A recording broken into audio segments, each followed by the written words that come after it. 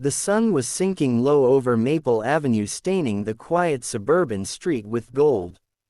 From afar, everything looked calm.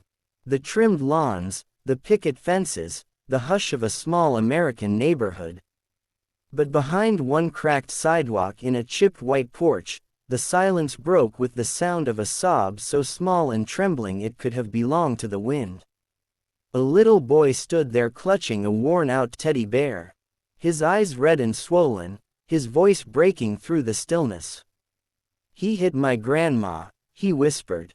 And those words carried enough pain to shatter the calm of the world. If you believe that no child should ever cry out of fear, that kindness and courage can still change lives, please take a moment to like this video, comment, share, and subscribe to Kindness Corner, where we remind the world that compassion is the strongest kind of power. The boy's name was Ethan, just 6 years old. His hoodie was stray with dust from where he had fallen running down the steps. Behind him, sitting weakly on the porch, was his grandmother, Clara, her soft blue dress torn at the shoulder, a bruise darkening one side of her face. She held her arm and tried to hide her pain from him. But she couldn't hide what had already happened. At the doorway stood a man, tall, red-faced, and half-drunk, holding a beer bottle, glaring at the boy as though he'd spoken a forbidden truth.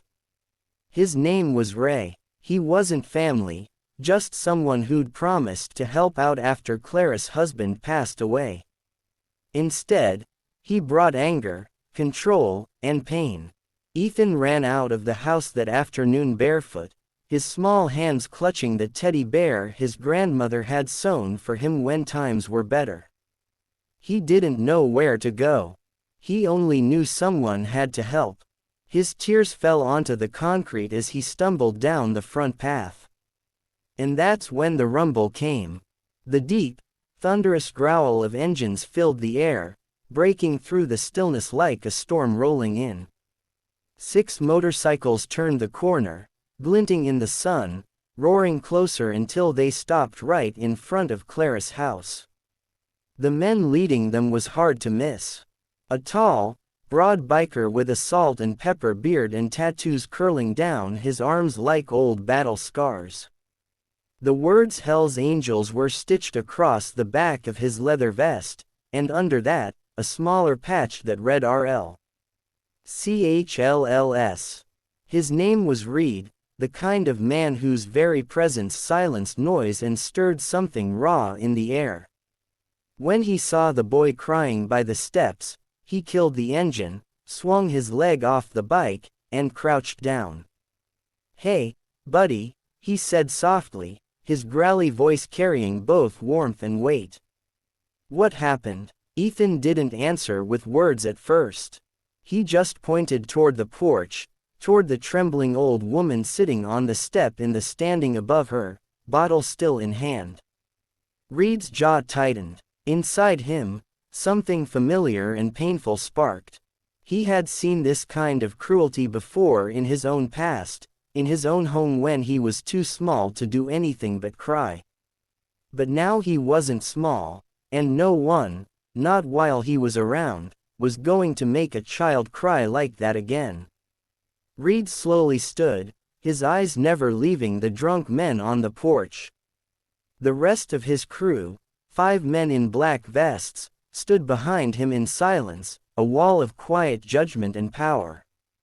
The neighborhood was watching now. Curtains fluttered, doors cracked open. Everyone could feel what was coming. Ray tried to straighten, his bravado flickering between arrogance and fear. "This ain't your business," he muttered, his voice uncertain. But Reed just walked forward, calm, steady, unstoppable. The sunlight hit the chrome on his vest as he stopped at the bottom step, looking up.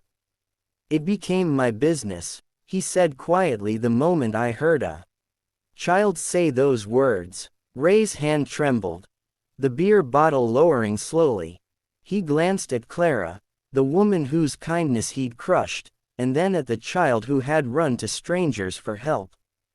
His lips quivered with some twisted excuse that never made it past his throat.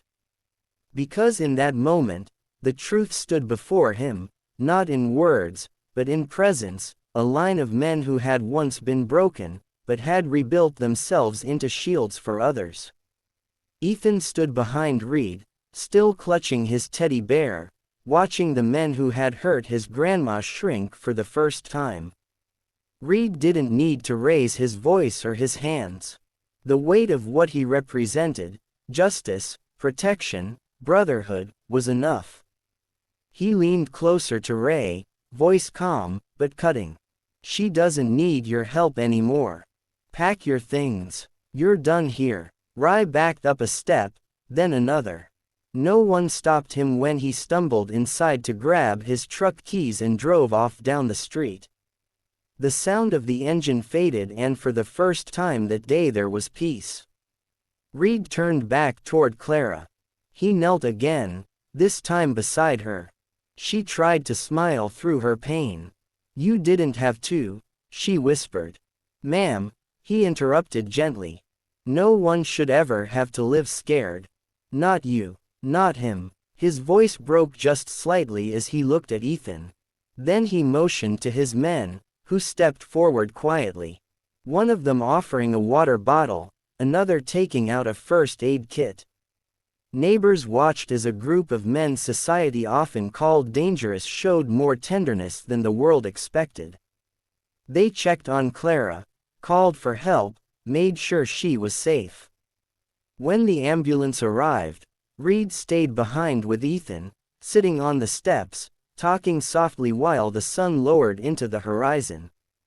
The boy finally smiled, just a small, fragile smile, but it was enough to make Reed's throat tighten. As the paramedics helped Clara into the vehicle, Ethan ran to Reed and hugged him tightly around the arm. "Thank you," he whispered, clutching his teddy bear. Reed looked down at him and simply nodded. When the ambulance pulled away, the bikers mounted their motorcycles again. But before Reed started his engine, he glanced once more at the house, at the little boy waving from the porch, at the old woman safe inside. He didn't say it aloud, but the thought echoed through him. Sometimes the loudest acts of kindness are done by those the world least expects. He revved his bike once, the roar echoing down Maple Avenue, not as a threat, but as a promise that kindness still rides where it's needed.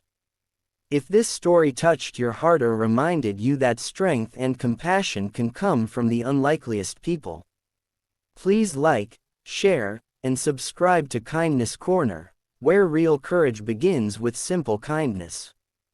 Before you go, comment below. What would you have done if you heard a child cry those words? Because sometimes one person's courage can change everything.